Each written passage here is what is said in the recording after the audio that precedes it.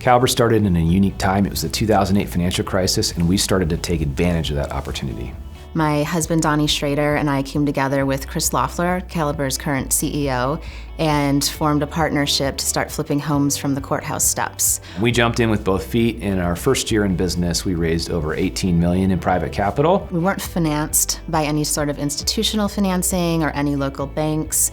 We had to go out and seek investors, and we started one investor at a time. From one investor, that turned into two turned into four turned into 30 by the end of our first year. And now we have over 1,100 active accredited investors who invest with Caliber. We're a 7 times Inc. 500, Inc. 5000 fastest growing private company in the United States, 7 years in a row, which almost no companies achieve, and the few that do put us in the top 1% of all Inc. winners in the history of the award. In our early years, we were incredibly hands-on with every single asset that we purchased. The hands-on experience that we achieved in that time really made us experts in the field. Owning every decision from start to finish and making sure we can actually produce the profit we're looking for at the end of the day, that's been infused into the culture of Caliber. People feel true ownership to make sure that the decisions we make are going to benefit the assets and benefit the investors.